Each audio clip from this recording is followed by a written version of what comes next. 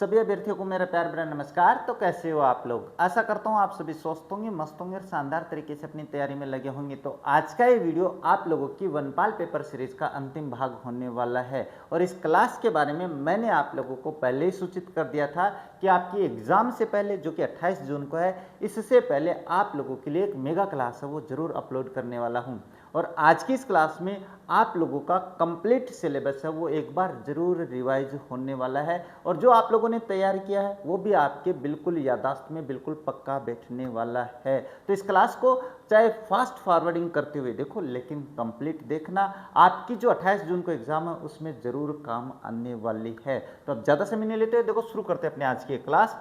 और आज की इस क्लास में हम बात कर लेते हैं कि जो अपनी एक्सप्लेनेशन जो अपने 10 मॉडल पेपर में की है वो एक्सप्लेनेशन हम नहीं करने वाले हैं, क्योंकि क्लास काफ़ी लंबी हो जाएगी अगर वैसे चलेंगे। तो हम केवल प्रश्न और उसका आंसर जानेंगे, इसके बाद में हम कोई चर्चा नहीं, कोई फास्ट गति से हम क्या इसके बारे में बात करेंगे, ज़्यादा समय नष्ट नहीं करेंगे। देखो सबसे पहले बात कर लेते हैं क्या है, प्रदेश में जनजातीय समाज को सशक्त बनाने के लिए आदि कर्मयोगी अभियान, ये ध्यान में रखना नाम, के तहत कितने ग्रामों या कितने गांवों को, है ना, ये ध्यान में रख लेना, कितने गांवों के विलेज एक्शन प्लान स्वीकृत किए गए हैं। तो इसमें अगर मैं बात करूं तो 5,947 जो विलेज एक्शन है वो प्रस्तुत क्या है अपने पास प्रस्तावित किए गए हैं, स्वीकृत किए गए हैं।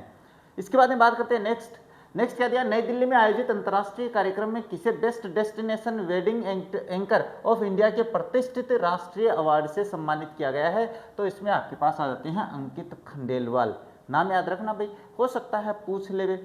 इसके बाद में बात करते हैं नेक्स्ट क्या दिया, हाल ही में प्रदान किए गए सम्मानों के संदर्भ में निम्नलिखित कथनों पर विचार कीजिए। तो इसमें अगर बात करें तो डॉक्टर कृति भारती को, नाम याद रखना भाई, को बाल विवाह रोकथाम हेतु तो गुजरात एम्प्लॉयर्स ऑर्गेनाइजेशन द्वारा शक्ति 2025 सम्मान दिया गया है।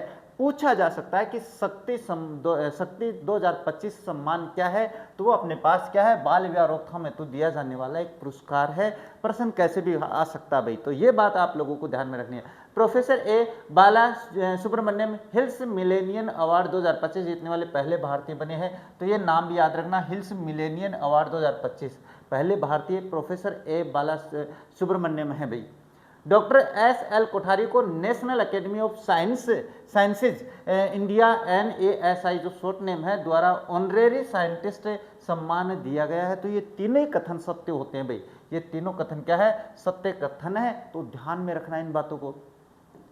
नेक्स्ट बात करें, Rajasthan global capability centre policy 2025 में किस वर्ष तक प्रदेश में 200 से अधिक GCC स्थापित कर है, तो वो आप लोगों के पास 2030 तक रखा गया है कि हम अपने राजस्थान में 200 से अधिक GCC, अब इसके बारे में अपनी बहुत बात हो चुकी है अपने 10 मॉडल पेपर्स में। अब इसके बाद में बात करते हैं नेक्स्ट, पश्चिमी राजस्थान उद्योग हस्तशिल्प उत्सव 2026 का आयोजन कहाँ किया गया, जिसका उद्घाटन मुख्यमंत्री द्वारा 26 दिसंबर 2025 को किया गया था। तो पश्चिमी राजस्थान उद्योग हस्तशिल्प जो उत्सव है उसका आयोजन आपके पास है, उद्घाटन जोधपुर में किया गया था। मुख्यमंत्री जी, माननीय मुख्यमंत्री जी ने इसका उद्घाटन किया है।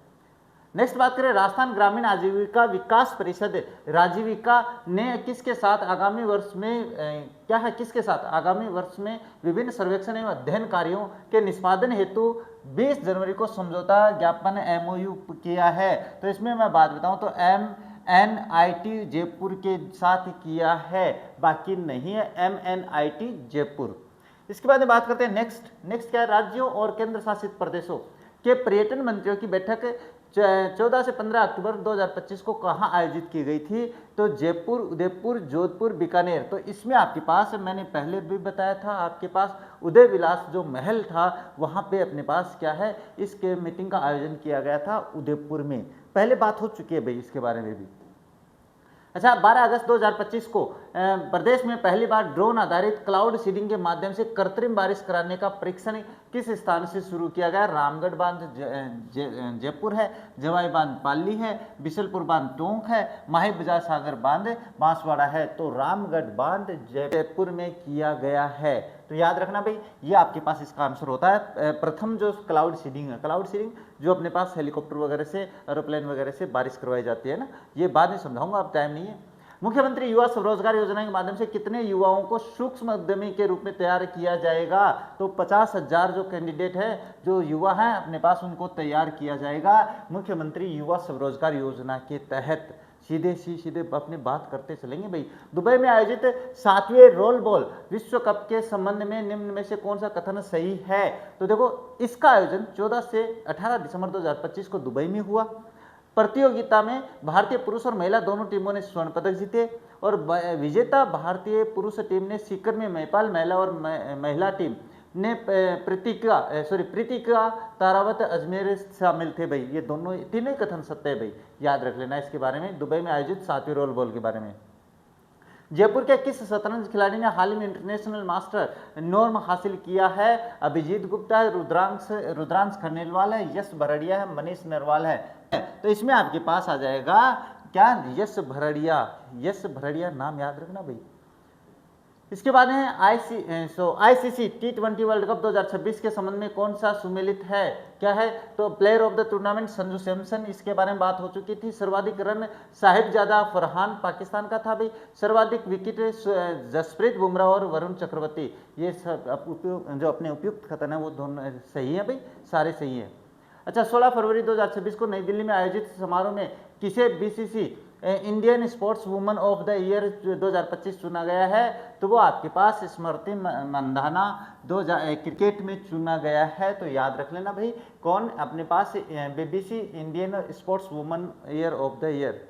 इसके बाद में क्या है? विश्व सामाजिक विकास शिखर सम्मेलन 2025 का कौन सा संस्करण दोहा कतर में 4 से 6 नवंबर 2025 को आयोजन किया गया है? तो विश्व सामाजिक विकास शिखर सम्मेलन है जो है, ये अपने पास द्वितीय है भाई। कौन सा है? ये द्वितीय था, जिसका आयोजन 4 से 6 नवंबर 2025 को किया गया था। इसके बाद में भारत के किस शहर को यूनेस्को द्वारा पाक कला का सृजनशील शहर ऑफ ये अपने पास बानवे का दर्जा दिया गया है? तो वो आपके पास ये जो है ना, यूनेस्को द्वारा पाक कला का सृजनशील शहर, ये आपके पास लखनऊ यूपी को दिया गया है। ये ध्यान में रखना भाई। इसके बाद में निम्नलिखित कथनों पे विचार कीजिए। अभी कर लेते हैं। घटियाला अभिलेख के अनुसार ककूक ने घटियाला व मंडोर के में जय स्तंभ स्थापित करवाए हैं भाई। घटियाला अभिलेख के अनुसार सही है। ग्वालियर प्रशस्ति में मिहिर भोज को अपने पास क्या मल्लेच्छों का नाशक का बताया गया है? नहीं, गलत है भाई। मिहिर भोज को नहीं, नाग भट्ट प्रथम को बताया गया है। किसको बताया गया है? नाग भट्ट प्रथम को बताया गया है। क्या अपने पास मल्लेच्छों का नाशक? तो ध्यान में रख लेना, ये छोटी सी बात है। इसके बाद में क्या घटियाला अभिलेख से संबंधित निम्नलिखित कथनों में से कौन सा कथन असत्य है? अभिलेख में प्रतिहार शासक हरिश्चंद्र व उसके वंशजों का विवरण है, बिल्कुल सही बात है। अभिलेख में मग जाति ब्राह्मणों का भी उल्लेख है, ये भी सही बात है। अभिलेख में नागभट्ट प्रथम द्वारा राजधानी को मंडोर से स्थानांतरित करने का विवरण है और यह अभिलेख 4 लेखों का समूह है, तो ये भी सही है। बस इसमें ये नहीं सही है भाई, क्या है? नागभट्ट प्रथम द्वारा राजधानी को मंडोर स्थानांतरित किया गया है, इसका उल्लेख अपने पास घटियाला अभिलेख में नहीं मिलता है।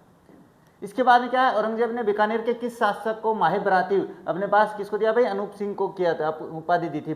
जो बीकानेर के महाराजा थे अनूप सिंह, उनको माहिर बराती की उपाधि है वो औरंगजेब ने दी थी। इसके बाद में बात करते हैं नेक्स्ट। हाँ, नेक्स्ट क्या दिया? 1428 ईस्वी में रामपुरा भीलवाड़ा का युद्ध किसके मध्य लड़ा गया था? देखो भाई, ये जो युद्ध है ना, इसके बारे में ज़्यादा प्रमाण तो नहीं है, लेकिन ये कहते हैं कि ये अपने पास मोक्कल व फिरोज खान के मध्य लड़ा गया था। इसमें राणा जो मोक्कल है वो विजय हुए थे भी। राणा मोक्कल है वो इस युद्ध में विजय हुए थे। इसके बाद में क्या है? निम्नलिखित कथनों पर का परीक्षण कीजिए तथा नीचे दिए गए कूट का उपयोग करते हुए सही उत्तर का चयन कीजिए। ठीक है। पूर्व राजस्थान संघ की राजधानी अलवर थी। चलिए बात करते हैं। संयुक्त राजस्थान संघ के उद्घाटनकर्ता पंडित जवाहरलाल नेहरू थे। वृहत राजस्थान के संघ के उद्घाटनकर्ता सरदार वल्लभ भाई पटेल थे और जयपुर को राजस्थान की राजधानी सत्यनारायण राव समिति की सिफारिश पर बनाया गया था। ये भी सत्य बात है। ऊपर वाले में छोटी सी गलती है, वो क्या है कि अपने पास जो पूर्व राजस्थान संघ था जिसमें 9 रियासतें 3 ठिकाने थे, में अपने पास जो राजधानी है वो कोटा को बनाई गई थी। क्या बनाई गई थी? कोटा को बनाई गई थी, अलवर को नहीं बनाई गई थी। चलिए आगे देखते हैं। आगे बात करें तो असहयोग आंदोलन के दौरान टोंक में किन नेताओं को गिरफ्तार किया गया? मौलवी अब्दुल रहीम और सैयद जुबैर मियाँ, काजी महमूद अयूब और सैयद इस्माइल खान। ये जो अपने पास दोनों कथन सही है भाई, दोनों को गिरफ्तार किया गया, चारों को। 4 लोगों को गिरफ्तार किया गया था असहयोग आंदोलन के दौरान टोंक जिले से संबंधित। नेक्स्ट क्या है, सूची 1 1857 के समय पॉलिटिकल एजेंट, और सूची 2 रियासतें बता देते हैं। मेजर बटन आप जानते हो भाई, जिसके गला काट दिया गया था, तो ये कोटा से संबंधित थे।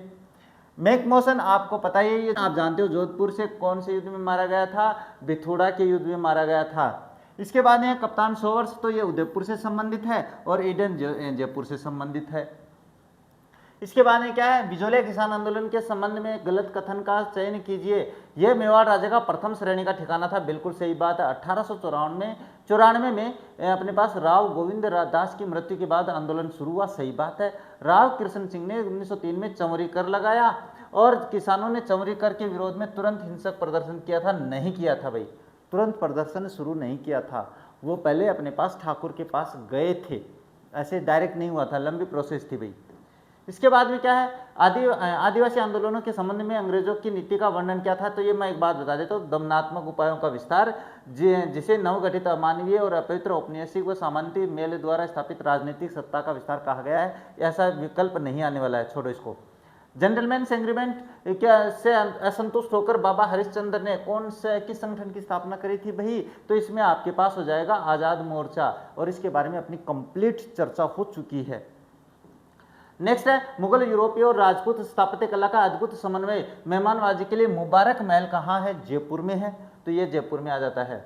और मुबारक महल में आपके पास मुगल, यूरोपीय और राजपूत तीनों सभ्यताओं, तीनों स्थापत्य कला है, उसका मिश्रण देखने को मिलता है। प्रश्न ऐसे भी आ सकता है।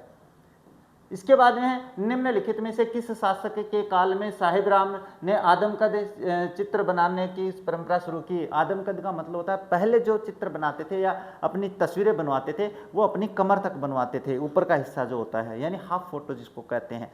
लेकिन ईश्वरी सिंह के काल में जो साहिब राम था, उसने बिल्कुल आदमकद, तलवार हाथ में लिए हुए, बिल्कुल ऐसे खड़े हुए, है ना, सीना ताने खड़े हुए, पूरे पैर सर से लेके चोटी तक पूरी तस्वीर बनाना शुरू कर दिया था। तो क्या हो जाएगा, ईश्वरी सिंह जयपुर के काल में। नेक्स्ट बात करें, राजस्थान का एकमात्र ऐसा लोकवाद्य कौन सा है जिसकी डोटी में तनाव के पखावज की तरह लकड़ी के गुटके डाले जाते हैं। तो इसमें अगर अपन बात करें तो वो तो आपके पास खंजरी होता है, इसका आंसर खंजरी। मतलब बिल्कुल पखावज की तरह क्या करना होता है, उसमें एक लकड़ी फंसाई जाती है, गुटका, और उस पर तार कसी की जाती है। तो वो बाद में, अभी तो चर्चा नहीं कर सकते, टाइम बहुत ज़्यादा लग जाएगा। इसके बाद में क्या, निम्नलिखित में से कौन सा एक संगीत ग्रंथ नहीं है। तो संगीत ग्रंथ देखो, रागमाला है, रसिक प्रिया, श्रृंगार हार है, कानड़ दे प्रबंध नहीं है भाई। कानड़ दे प्रबंध आपके पास संगीत से संबंधित ग्रंथ नहीं है। इसके बाद में बात करते हैं नेक्स्ट, निम्नलिखित में से कौन सा सही सुमेलित नहीं है। तो केला देवी करौली के यदुवंश की कुलदेवी है, बिल्कुल सही बात है। आवड़ हिंगलाज माता जैसलमेर भाटी राजवंश की कुलदेवी है। सुराणा देवी अव्वा के चंपावतों की कुलदेवी है, और जीर्ण माता चौहानों की कुलदेवी है। तो कौन सा गलत है, इसमें आपके पास अव्वा के चंपावतों की कुलदेवी सुगाला माता है भाई। कौन सी है, सुगाला माता है, सुराणा नहीं है, ध्यान में रख लेना भाई। इसके बाद में निम्नलिखित में से किस लोक देवता को लक्ष्मण जी का अवतार मानते हैं। बाबू जी को मानते हैं, ऊंटों का देवता भी यही है। गोगा जी नागों के देवता हैं। रामदेव जी के बारे में आप जानते हो, हड़बू जी वही जो अपनी उस गाड़ी, जिसकी गाड़ी की पूजा होती है, जिसमें वो पंगु गाय उनके लिए क्या है, घास ढोते थे। अब ये बाद में चर्चा कर लेंगे, और इससे पहले बात हो चुकी है भाई। निम्नलिखित में से कौन सा आभूषण अंग सही नहीं है। तो हालरो गला, बेसर नाक, रखड़ी सिर, लटकन कमर। लटकन जो है ना, वो कमर में नहीं पहनी जाती भाई, लटकन आपके पास कान में पहना जाता है भाई। इसको आप लोग अब देखो, बात करते हैं नेक्स्ट क्या, गुलाबी गणगौर का पर्व कब आता है। तो वो आपके पास चैत्र शुक्ला पंचमी को आता है। गुलाबी गणगौर का जो पर्व है कब आता है, चैत्र माह, चैत जी ने बोला कि शुक्ल पक्ष की पंचमी को आता है। नेक्स्ट बात करें तो क्या करना है, सुमेलित करना है इसमें। तो राधा क्या है पुस्तक का नाम और लेखक है। तो राधा आपके पास सत्य प्रकाश जोशी ने लिखी है। मरुमंगल की बात करें तो ये आपके पास आ जाती है सुमेर सिंह शेखावत। और बाथा में भूगोल की बात करें तो ये हरीश भादानी ने लिखी है। तो ये किताबें थोड़ा सा ध्यान में रख लेना भाई, पूछ सकते हैं। नेक्स्ट बात करें तो क्या है, बतूल बेगम का संबंध राजस्थान की किस गायन शैली से है। तो बतूल बेगम के संबंध की बात करें तो ध्रुपद गायन है, फड़ गायन है, मांड गायन शैली है, लंगा गायन शैली है। तो इनका जो संबंध है ना बतूल बेगम का, वो मांड गायन जो शैली है उससे संबंधित है बतूल बेगम। इसके बाद क्या है, विधि के समक्ष समता किस मूल अधिकार में वर्णित है? समानता के अधिकार में वर्णित है भाई, विधि के समक्ष समानता। इसके बाद क्या है, किस संविधान संशोधन द्वारा भारतीय संविधान में मौलिक कर्तव्यों का भाग जोड़ा गया था? 42वें संविधान संशोधन में जोड़ा गया था, चर्चा हो चुकी है भाई। इसके बाद में जब कोई राज्यपाल राज्य के राज्यपाल पद पे धारण के साथ साथ यदि अन्य राज्य के राज्यपाल के रूप में भी जब पद धारण करता है तो उसके उपलब्धियां और भत्ते के विषय में निर्णय कौन करता है? तो एक बात बता देता हूं, अगर राज्यपाल आपके पास 2 राज्यों का है, एक ही व्यक्ति, तो उसके वेतन भत्ते, उसकी उपलब्धियां, सारा काम राष्ट्रपति के द्वारा होता है। तो ये ध्यान में रखना, राष्ट्रपति आदेश द्वारा अवधारित होगा भाई। इसके बाद में बात करते हैं कि भारत के संविधान का कौन सा अनुच्छेद राज्य विधानसभा के सदस्यों की संख्या तय करता है? तो ये आपके पास है अनुच्छेद 170 जो है ना, वो आपके पास है क्या है, राज्य विधानसभा के सदस्यों की संख्या तय करता है। इसके बाद क्या है, राजस्थान उच्च न्यायालय के प्रथम मुख्य न्यायाधीश कौन थे जिनको सर्वोच्च न्यायालय में पदोन्नत किया गया था? तो देखो, जस्टिस कमलकांत वर्मा है, वो अपने पहले जरूर अपने न्यायाधीश थे, लेकिन वो सर्वोच्च न्यायालय में नहीं पहुंचे थे। जस्टिस JS वर्मा है, जस्टिस PN सिंबल है और जस्टिस NK वांचू है। तो ये आपका सही आंसर होता है, यानी अपने पास जस्टिस NK वांचू जो थे वो उनको अपने पास पहले व्यक्ति थे जिनको अपने राज्य अपने क्या हाई कोर्ट में भी थे और बाद में प्रमोशन करके सुप्रीम कोर्ट में भी भेजा गया था।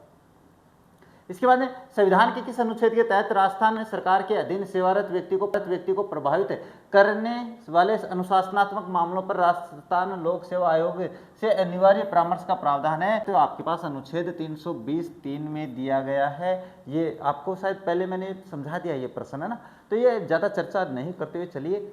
राज्य निर्वाचन आयोग के कार्यों के संदर्भ में निम्नांकित में से कौन सा या कौन से कथन सही नहीं है? तो इसमें बात करें तो राज्य की पंचायतों और नगरपालिकाओं के चुनाव के लिए मतदाता सूची तैयार करना, ये राज्य निर्वाचन आयोग का सही है कथन है भाई, है ना, ये सही है। तो इसमें बात करते हैं राज्य की पंचायतों और नगरपालिकाओं के लिए निर्वाचन करवाना, ये भी सही बात है। राज्यपाल के निर्देशों के अनुरूप पंचायतों और नगर पालिकाओं के अतिरिक्त अन्य निकायों के लिए निर्वाचन करवाना नहीं, ये गलत है भाई, ये इसमें सही नहीं है। तो आपका जो गलत है ना, सही नहीं है, वो आपके पास ऑप्शन 3 सही नहीं है, बाकी आपके दोनों सही हैं। इसके बाद में क्या दिया हुआ है, राज्य मानवाधिकार आयोग के अध्यक्ष व सदस्यों की नियुक्ति किसके द्वारा एक समिति की सिफारिश पे की जाती है?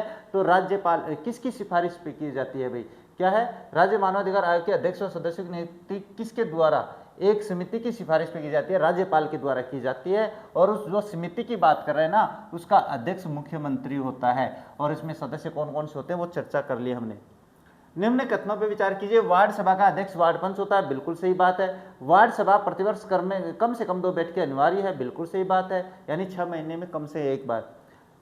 ग्राम पंचायत में जितने पंच होते हैं उतने वार्ड होते हैं, उससे नहीं भी उतने, है ना, उतने वार्ड होते हैं, सही है। तो तीनों कथन सही है भाई आप लोगों के पास ये।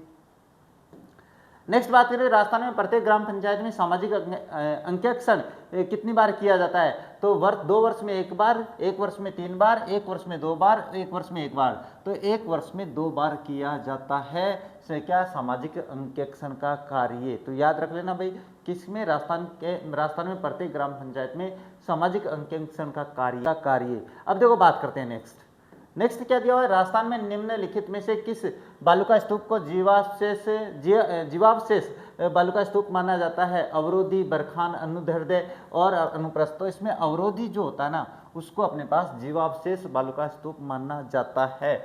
ये कौन सा होता है? ये आपके पास बरखान, जो बरछान जिसको अपन बोलते हैं, अर्धचंद्राकार होता है।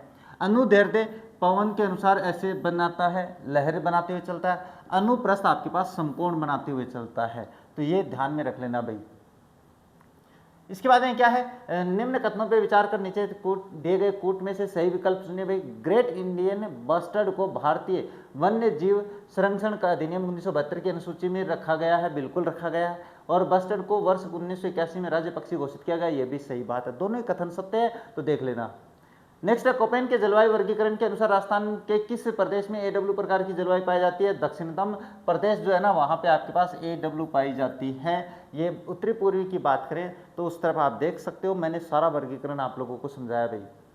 नेक्स्ट है, निम्न राजस्थान में मिट्टी के संबंध में कौन सही उत्तर चुनिए भाई। थार मरुस्थल में ग्रेनाइट और बलुआ पत्थर जैसे सेलों से बलुई मिट्टी का निर्माण हुआ, सही बात है। दक्षिणी भाग में ग्रेनाइट नीस क्वार्जाइट सेलों से लाल लोमी मिट्टी का निर्माण हुआ, ये भी सही बात है। दक्षिणी पूर्वी भाग में बेसाल्ट लावा के कारण काली मिट्टी का निर्माण हुआ, ये भी सही बात है। दक्षिणी भाग में फास्फोटिक सेलों के क्षरण से मिश्रित लाल मिट्टी का निर्माण नहीं हुआ भाई, ऐसा नहीं हुआ है। इसके बाद में क्या है, राजस्थान में जल ग्रहण की दृष्टि से नदियों का सही अवरोही क्रम कौन सा है। देखो जल, एक बात करते हैं, एक तो लंबी नदी होती है, तो आपके पास सबसे लंबी नदी में तो अपने पास चंबल आ जाती है, लेकिन अपने पास प्रश्न क्या पूछा है, प्रश्न पूछा जल ग्रहण की दृष्टि से नदियों का, तो जल ग्रहण में सबसे ज्यादा तो करती है अपने पास बनास।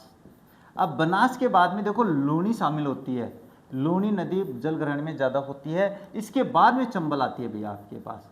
लेकिन लंबाई में अगर पूछे तो चंबल है, इसमें कोई दो राय नहीं है। लेकिन जल ग्रहण में आपके पास ये जो है ना बनास, लूनी, चंबल, माही, ये आपका सही पैटर्न है। अब इसमें ना थोड़ा कंफ्यूजन भी मत हो जाना, कहीं कुछ भी दे रखा है, कहीं कुछ दे रखा है, लेकिन बेसिक अगर अपन बात करें तो सबसे ज्यादा यही होता है। अच्छा, इसके बाद में बात करते हैं नेक्स्ट क्या है, और हाँ आपके बाकी ऑप्शंस पे डिपेंड करेगा, ऐसे घबराने की आवश्यकता नहीं है कि चंबल के बाद में माही के सॉरी बनास के बाद में चंबल दे रखी है और लोनी वाला ऑप्शन ही नहीं है, तो ऐसे फिर आपके पास बनास, चंबल और ऐसे हो जाता है, वो आपके ऑप्शंस पे डिपेंड करेगा, इतना कन्फ्यूजन वाला नहीं आने वाला है।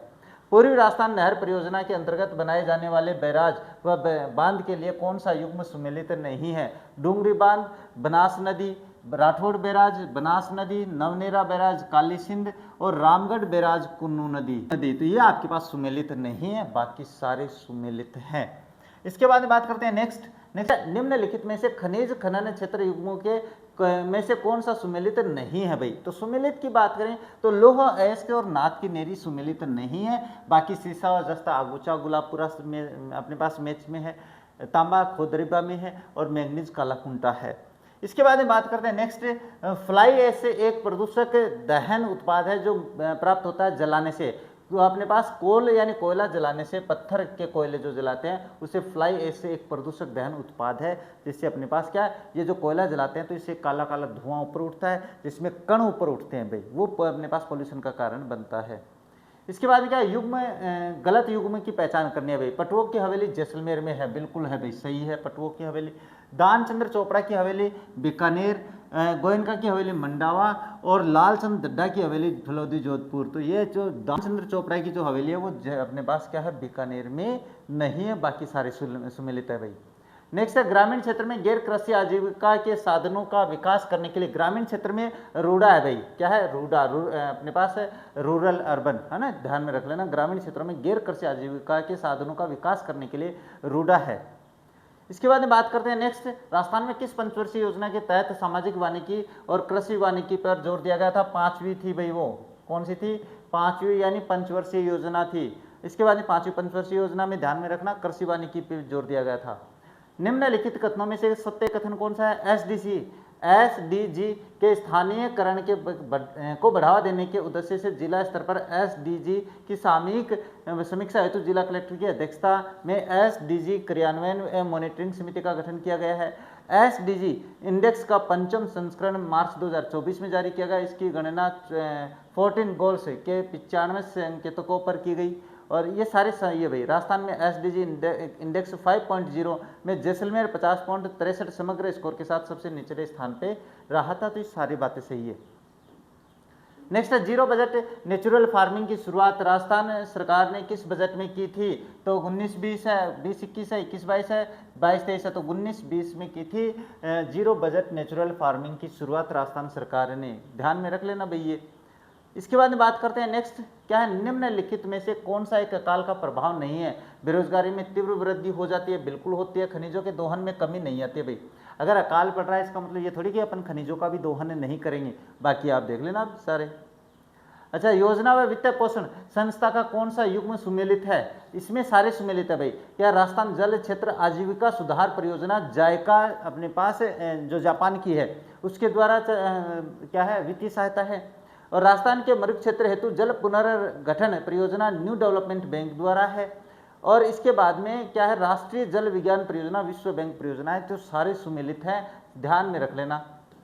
इसके बाद क्या है आत्मनिर्भर, क्या दिया हुआ भाई, आत्मनिर्भर भारत अभियान के हिस्से के रूप में सूक्ष्म लघु और मध्यम उद्योगों की संशोधित परिभाषा के अनुसार निम्न में से कौन सा कथन गलत है? यदि निवेश 1 करोड़ रुपए तक का है तो कारोबार 5 करोड़ से कम है। ध्यान में रख लेना भाई। तो MSME को सूक्ष्म इकाई कहा जाएगा। ठीक है, एक उद्यम को लघु माने जाने के लिए निवेश 5 करोड़ से 10 करोड़ के बीच होना चाहिए। 100 करोड़ से कम कारोबार या 20 करोड़ तक के निवेश वाले उद्यम अब मध्यम इकाई कहलाएंगे और संशोधित व्याख्याओं में कंपनी का कारोबार भी शामिल होगा। तो ये जो 100 करोड़ वाला है ना, ये नहीं है, ये 50 से 20 50 करोड़ व 20 करोड़ है भाई। यहाँ पे ये ध्यान में रख लेना, 50 करोड़ व 20 करोड़ है क्या किसमें? मध्यम इकाई में। इसके बाद में आता है आपके पास महानगर योजना समिति विकास योजना प्रारूप तैयार करने के किन मदों पर ध्यान रखती है? सही कूट का उत्तर दीजिए। सभी दे देते हैं भाई। महानगर योजना नगर पालिकाओं पंचायतों द्वारा तैयार की गई योजनाओं पे, नगर पालिका और पंचायतों के सामान्य हित के विषयों पे, प्राकृतिक संसाधनों तथा जल एवं पर्यावरण संरक्षण इत्यादि पर, सूखा, बाढ़, अकाल राहत आदि आपदाओं पर। तो बिल्कुल ये सारे ऑप्शन क्या है इसमें सही है भाई। 1 2 3 4 है, वो चारों ऑप्शन सही होते हैं। इसके बाद में बात करते हैं नेक्स्ट है कौन सी योजना बेरोजगार युवाओं को रोजगारोन्मुखी कौशल प्रशिक्षण प्रदान करके रोजगार का अवसर प्रदान करती है? राजस्थान जन कौशल विकास कार्यक्रम है, रोजगार आधारित जन कौशल विकास कार्यक्रम, राजस्थान जन कौशल स्किल कार्यक्रम है, रोजगार जन कौशल स्किल कार्यक्रम है। तो इसमें आपके पास रोजगार आधारित जन कौशल विकास कार्यक्रम क्या है? रोजगार के अवसर प्रदान करता है। इसके बाद में सूची 1 को सूची 2 के साथ सम्मिलित कीजिए और सूचियों के नीचे दिए गए कूट अपन छोड़ देते हैं एक बार, है ना। इसके बारे में ध्यान दे लेते हैं। मैं यहाँ पे बता देता हूँ क्योंकि जगह कम है। स्वच्छ भारत मिशन शहरी की बात करें तो ये आपके पास 2 अक्टूबर 2015 से शुरू किया गया था। हृदय की बात करें तो ये आपके पास 21 जनवरी 2015 से है। और राष्ट्रीय शहरी आजीविका मिशन 23 सितंबर 2013 से है। और प्रधानमंत्री आवास शहरी योजना 25 जून 2015 से शुरू की गई योजनाएं हैं भाई, याद रखना। इसके बाद है निम्न में से रासायनिक परिवर्तन का उदाहरण है भाई। मैंने बता दिया, अगर धुआं जल रहा है तो एक बात ध्यान में रखना, मैग्नीशियम के तार का हवा में जलना जो अपना रूप परिवर्तन कर लेता है, यानी जिसके जो कार्बनिक गुण बदल जाते हैं, वो आपके पास क्या होते हैं? रासायनिक परिवर्तन होते हैं। बर्फ का गलना नहीं होता है, वो केवल अपनी अवस्था चेंज करता है। समुद्र का जल जो आसवन होता है, यानी समुद्र अपने पास क्या है, उसमें जो क्या है, सूर्य की किरणें पड़ती है और वो ऊपर उठता है, तो ये सारे क्या अपनी स्थिति चेंज करते हैं, अपने कार्बन जो गुण है ना वो नहीं चेंज करते हैं। इसके बाद क्या है? इलेक्ट्रिक बल्ब के फिलामेंट्स के लिए विशेष रूप से प्रयोग की जाने वाली धातु का नाम टंगस्टन है। मैंने बता दिया था भाई आप लोगों को। नेक्स्ट निम्न में से वह जिसे येलो केक के नाम से भी जाना जाता है, सल्फर है, यूरेनियम ऑक्साइड है, थोरियम ऑक्साइड है। तो पोटेशियम डाइक्रोमेट जो है ना, वो आपके पास क्या होते हैं, जिसे येलो केक के नाम से जानते हैं, पोटेशियम क्या है? डाइक्रोमेट होता है भाई।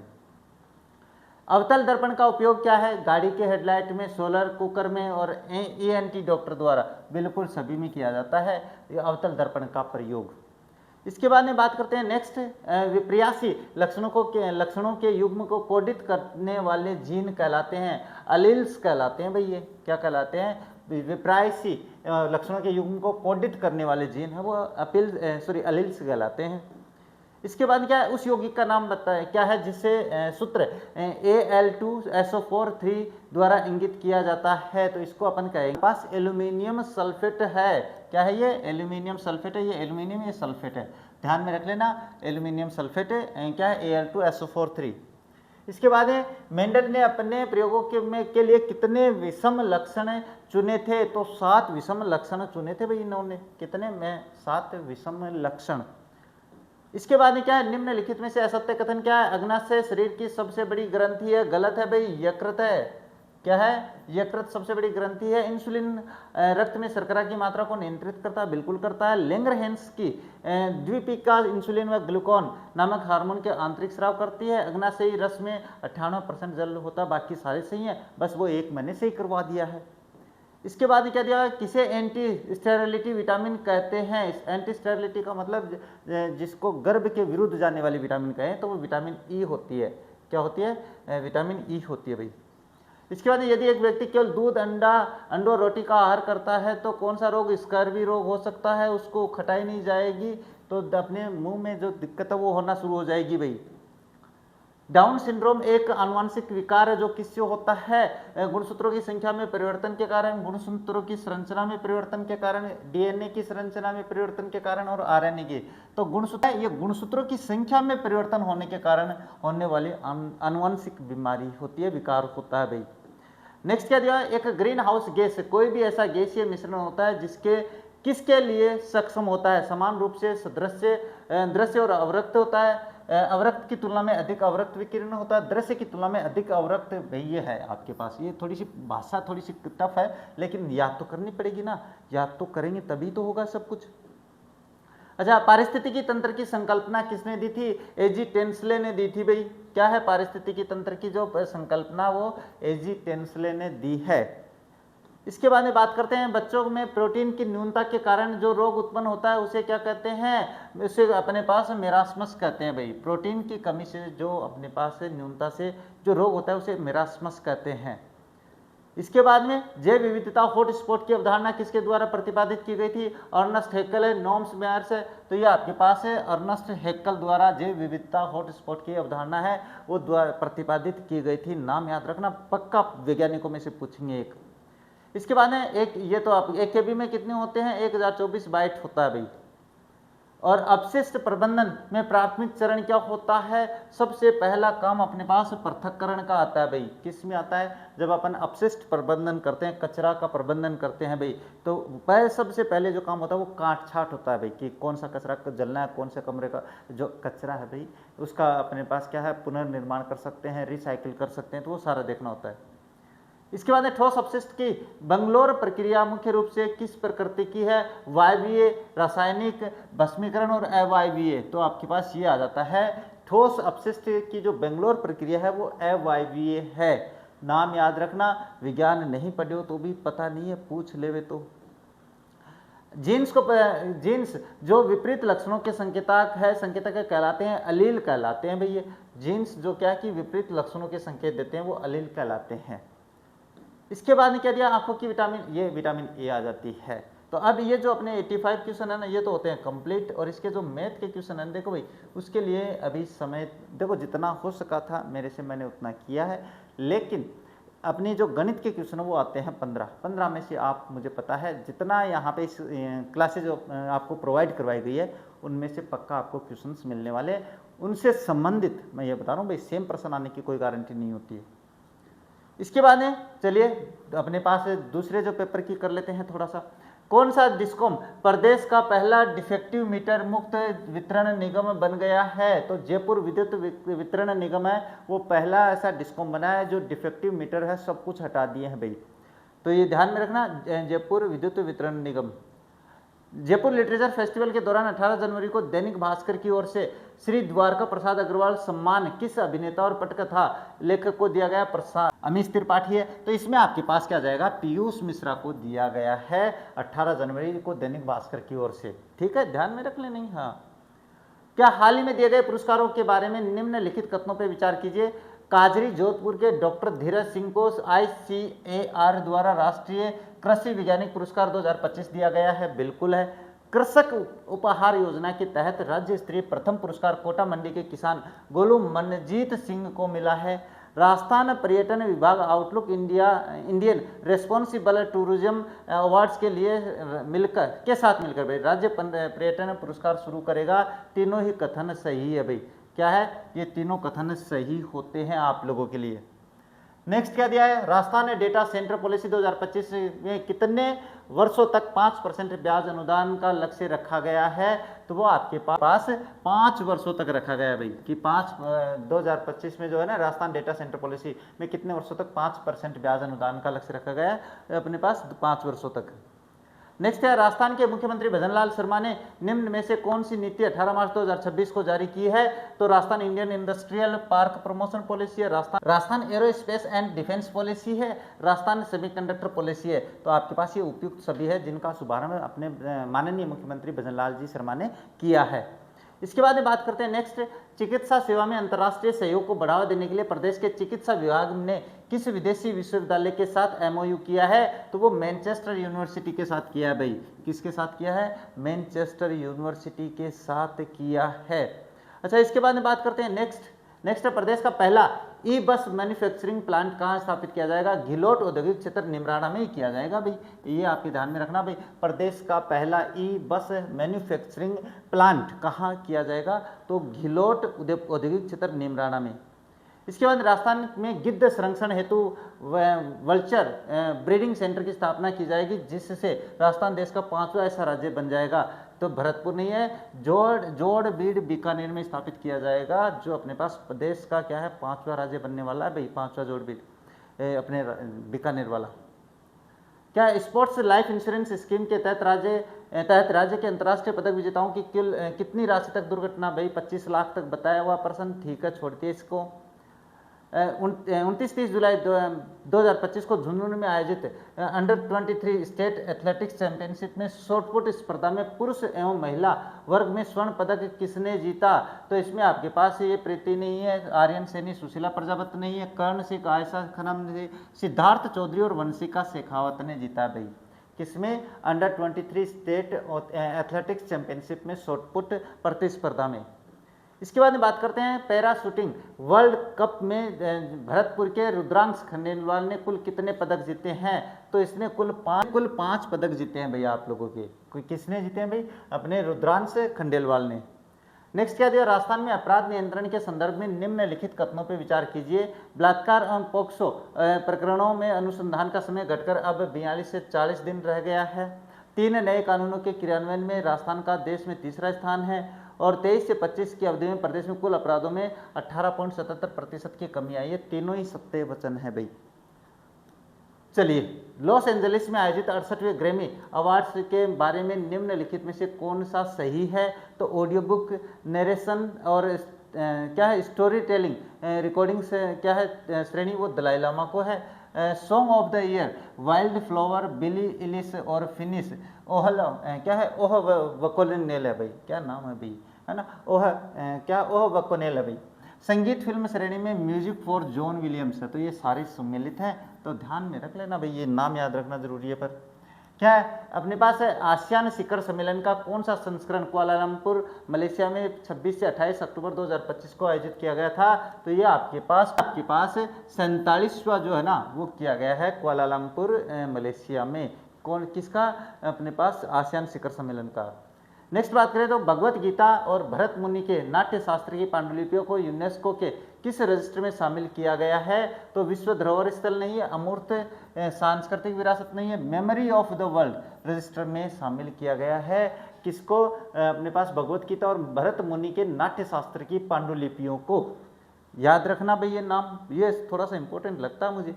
नेक्स्ट क्या? निम्नलिखित में से कौन से कथन सत्य हैं? तो इन पे अगर अपन विचार करें तो रंग महल उत्खनन वीएन मिश्र नहीं किया भाई, नहीं किया है, और 59 में भी नहीं किया, तो पहला ही गलत है। इसके बाद में बात करें उत्तरी राजस्थान में रंग महल का प्राक हड़प्पा युगीन सभ्य पुरास्थल नहीं है, ताम्र युगीन स्थल है। रंग महल का उत्खनन स्वीडन के पुरातत्ववेदा हन्ना राइड ने 1952 से 53 में किया, ये सही बात है। और रंग महल संस्कृति कुषाणकालीन है, ये भी सही बात है। तो ये दोनों ध्यान में रखना भाई। इसके बाद क्या है? निम्नलिखित में से कौन सा कथन कालीबंगा सभ्यता के विषय में सही नहीं है? तो कालीबंगा से जुते हुए खेत के साक्ष्य मिले हैं, देखते हैं। कालीबंगा की सर्वप्रथम खोज कैप्टन बर्टन के नेतृत्व में की गई थी और कालीबंगा में भूकंप के साक्ष्य मिले हैं, ये यहाँ से अग्नि देवियों के साक्ष्य मिले हैं। तो देखो ये कथन जो है ना ये सही है, ये सही है, ये सही है। यहाँ पे कालीबंगा का जो सर्वप्रथम खोज है वो अमलानंद घोष ने की थी, तो ये थोड़ा अपने पास क्या गलत होता है। इसके बाद क्या? निम्न में से किस शासक ने टीका दौड़ है वो जुड़ी है? तो वो राज सिंह प्रथम से जुड़ी है भाई, है ना, राज सिंह प्रथम से जुड़ी है। अपने जो क्या है मुगलों के बीच में जो उत्तराधिकार का युद्ध चल रहा था, तो फिर अपनी राजनीति दिखाते हुए, अपनी कूटनीति दिखाते हुए उसने टीका दौड़ की बहाना किया और अपने जो खोए हुए क्षेत्र थे उनको वापस पाने का प्रयत्न किया था महाराणा राज सिंह प्रथम ने। नेक्स्ट क्या है? गंगा रिसाला ऊँटों की सेना अपने पास क्या है गंगा सिंह से संबंधित है, बीकानेर के, है ना, जो बीकानेर के राजा थे गंगा रिसाला, तो ध्यान में रखना भाई। नेक्स्ट क्या? राजस्थान एकीकरण के अंतिम चरण के बारे में निम्न कथनों में से कौन सा कथन सत्य है? तो अजमेर मेरवाड़ा क्षेत्र को राजस्थान में शामिल किया गया था, बिल्कुल अंतिम ही था।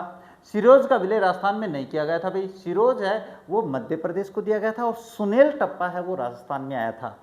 इसके बाद में आबू दिलवाड़ा को राजस्थान में क्या है सम्मिलित किया गया था। कोटा को मत्स्य संघ से में मिलाया गया था।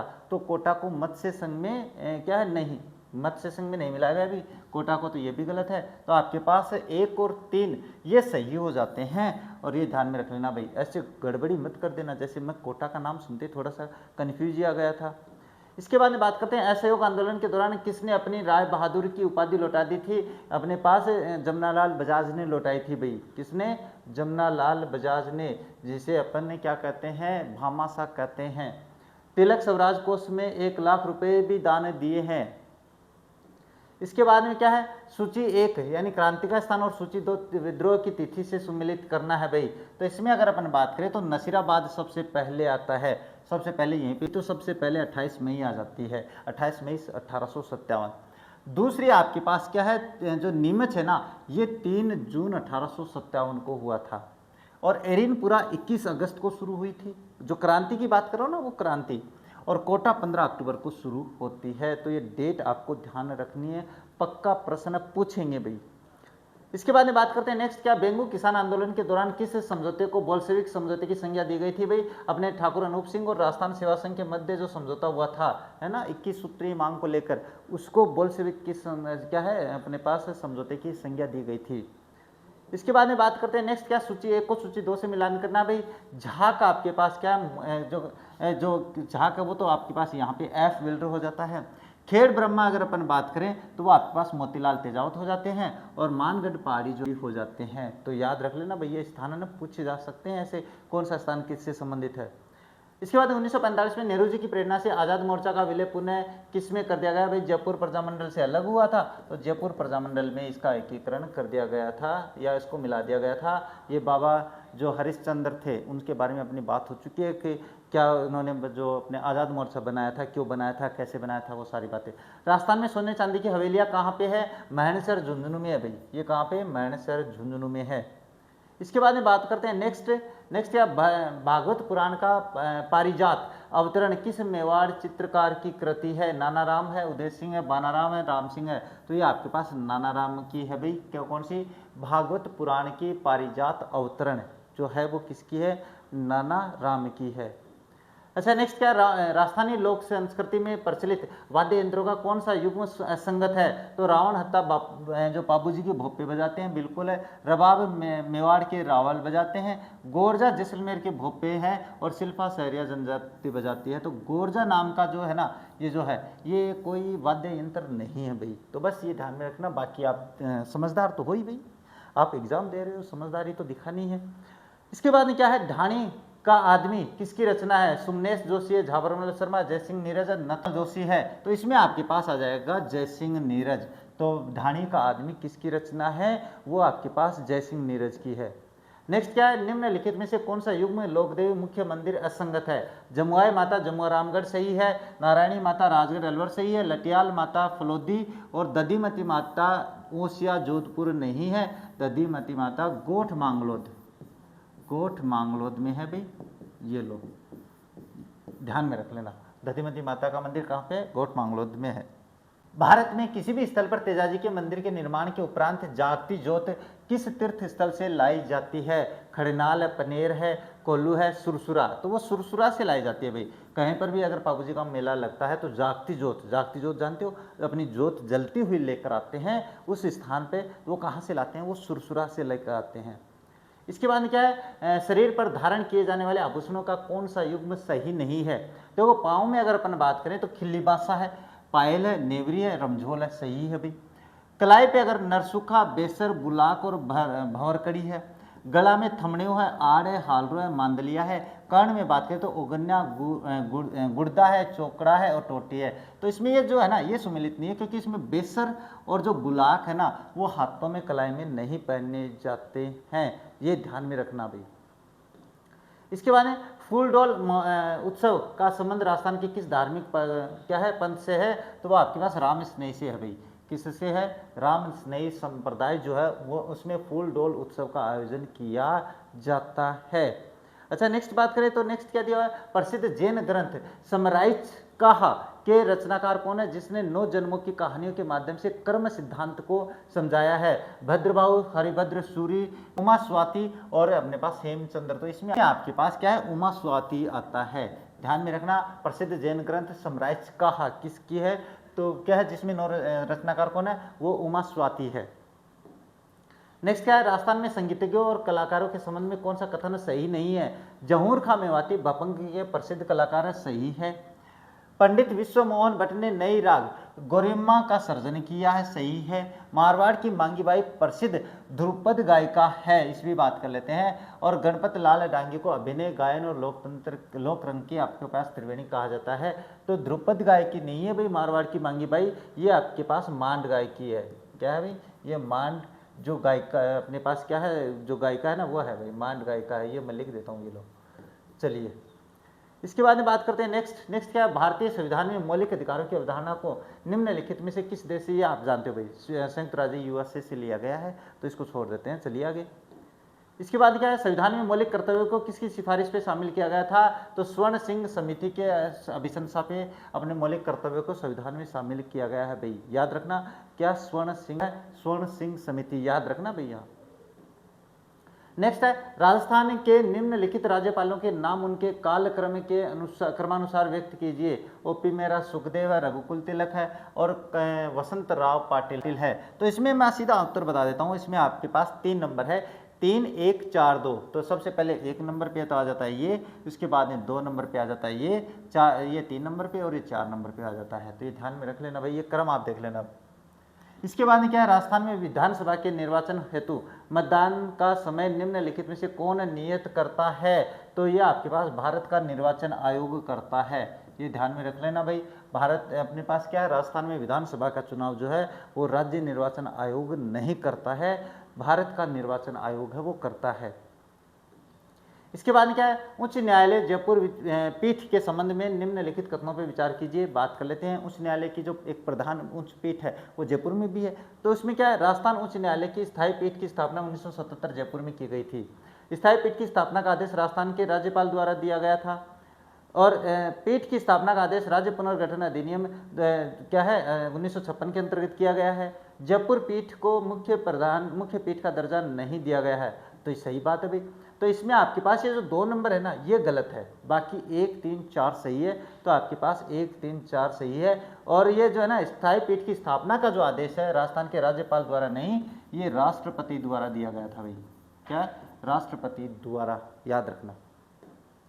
नेक्स्ट है, पंडित सत्यनारायण राव समिति की सिफारिशों के आधार पर राजस्थान के लोक सेवा आयोगों का कार्यकाल जयपुर से जो कार्यालय है भाई, कार्यालय जयपुर से अजमेर कब स्थानांतरित किया गया था, तो ये आपके पास 1958 में किया गया भाई, है ना। जो अपने पास पहले आरपीसी है वो जयपुर में थी, लेकिन उसके बाद में पंडित सत्यनारायण राव की समिति ने अभिशंसा की और 1958 में उसे अजमेर स्थापित कर दिया गया।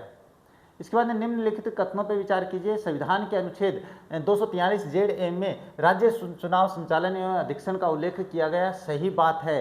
राज्य निर्वाचन आयोग विधानसभा, पंचायत और नगरपालिका के चुनाव का संचालन करता है, ये थोड़ा सा गलत है, बात करते हैं। एक बहुसदस्यीय निकाय है जिसमें एक मुख्य निर्वाचन आयुक्त और कुछ अन्य निर्वाचन आयुक्त होते हैं, बिल्कुल सही बात है। पहले एक ही था लेकिन बाद में संख्या बढ़ा दी गई थी। इसमें आपके पास मैंने थोड़ी देर पहले बताया था कि जो राज्य निर्वाचन आयोग है वो विधानसभा चुनाव नहीं, मतलब उसका आयोजन नहीं करता है। तो ये कौन करता है, ये आपके पास भारत का निर्वाचन आयोग है वो करता है। इसके बाद नेक्स्ट बात करें तो क्या राजस्थान राज्य मानवाधिकार आयोग के संबंध में असत्य कथन की पहचान कीजिए। और ये असत्य कथन आपको बहुत परेशान करेंगे भाई। क्या है, जून 2023 में गंगाराम मूलचंदानी राजस्थान राज्य मानवाधिकार आयोग के अध्यक्ष नियुक्त किए गए थे, नहीं सदस्य नियुक्त किए गए थे भैया। क्या है, ये सदस्य नियुक्त किए गए थे, पहला ही गलत है, बाकी आप इसका स्क्रीनशॉट ले लेना भाई, है ना, ये स्क्रीनशॉट में आपका काम चल जाएगा। चलिए एक बार हाँ अब देख लीजिए। अब क्या है, ग्राम सभा की कितनी बैठक में संकल्प पारित करने के लिए आवश्यक संख्या होनी चाहिए भाई। कोई भी अगर अपने पास विधेयक या कोई भी अपने नियम पारित करना हो ग्राम सभा में, तो क्या है, ग्राम सभा के सदस्यों के मतों का 1/3 बहुमत नहीं, ग्राम सभा के सदस्यों का 2/3 नहीं, ग्राम सभा की बैठक में उपस्थित और मत देने वाले सदस्यों का बहुमत जो होता है ना, उसके आधार पर अपन पारित करवा सकते हैं। अच्छा, इसके बाद में नेक्स्ट बात करें 1992 के 74वें संविधान संशोधन अधिनियम ने भारत के संविधान में नगरपालिका नामक कौन सा भाग जोड़ा है? तो भाग 9A जोड़ा है भाई। कौन सा जोड़ा है? भाग 9A को जोड़ा है। किसके लिए? 1992 के 74वें संविधान संशोधन में। निम्नलिखित में से अरावली की उस चोटी का चयन कीजिए जो कमलनाथ से ऊंची और अचलगढ़ से नीची है। तो कमलनाथ से ऊंची 1055 ये है भाई। कितनी है? 1055 मीटर। तो ध्यान में रखना, ये इस तरीके से भी पूछ सकते हैं भाई। राजस्थान में प्रोजेक्ट लेपर्ड के अंतर्गत सर्वप्रथम निम्नलिखित में से किस अभयारण्य का चयन किया गया है? झालाना जयपुर का किया गया है भाई। कहाँ? झालाना जयपुर का किया गया है।